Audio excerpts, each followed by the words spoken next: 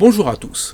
Pour livrer plus efficacement, faut-il des véhicules plus grands ou plus petits? C'est là une des questions centrales de la logistique urbaine. Les élus, à juste titre, souhaitent des véhicules de petite taille, qui s'insèrent mieux dans l'environnement urbain. Le rêve de tous, c'est de n'avoir que des petits véhicules électriques et des vélos cargo pour livrer les centres-villes. A contrario, les logisticiens pensent que des véhicules plus importants permettent d'en réduire le nombre et de mieux massifier les flux. Si un poids lourd remplace plusieurs véhicules utilitaires légers, alors on réduit le coût de la livraison et les externalités négatives, pollution, congestion urbaine. Il n'est pas facile de s'y retrouver pour comprendre quelle est la meilleure solution. Qui a raison et qui a tort? En fait, les deux raisonnements sont exacts. Tout dépend quelles sont la nature et le volume des marchandises livrées, ainsi que les contraintes de livraison. La solution dépend aussi des caractéristiques de l'espace urbain. Si la livraison concerne l'approvisionnement de magasins alimentaires avec de gros volumes unitaires, 5 ou 10 palettes par exemple, par livraison, il est probable que le poids lourd sera plus pertinent. Peut-être même faudra-t-il des véhicules plus importants pour en réduire le nombre et les kilomètres, notamment si la densité de points livrés est elle-même significative. Idéalement, nous pourrions même, comme cela se passe dans certaines villes, Londres par exemple, développer la livraison en heure creuse, la nuit, avec des véhicules de grande dimension, voire dans certains cas des semi-remorques. Bien sûr, privilégier des solutions propres et non bruyantes sera nécessaire. Si la livraison concerne des petits colis unitaires ou des livraisons multicolis vers des magasins, il est préférable de s'orienter vers des modes doux, petits véhicules propres, électriques ou au GNV, ou des vélos cargo. Auquel cas, il est nécessaire de disposer d'espaces logistiques de proximité qui permettent de recevoir des flux massifiés et de les relivrer avec ces petits véhicules. Pour pouvoir répondre précisément à la question, il faut alors raisonner par filière. Les véhicules pour livrer les petits colis vers les particuliers et les palettes vers les magasins ne sont pas les mêmes. Il existe des dizaines de filières de logistique urbaine. Chaque filière de livraison correspond à des besoins, des contraintes et des volumétries spécifiques. L'autre complexité est d'adapter la solution de livraison au territoire urbain.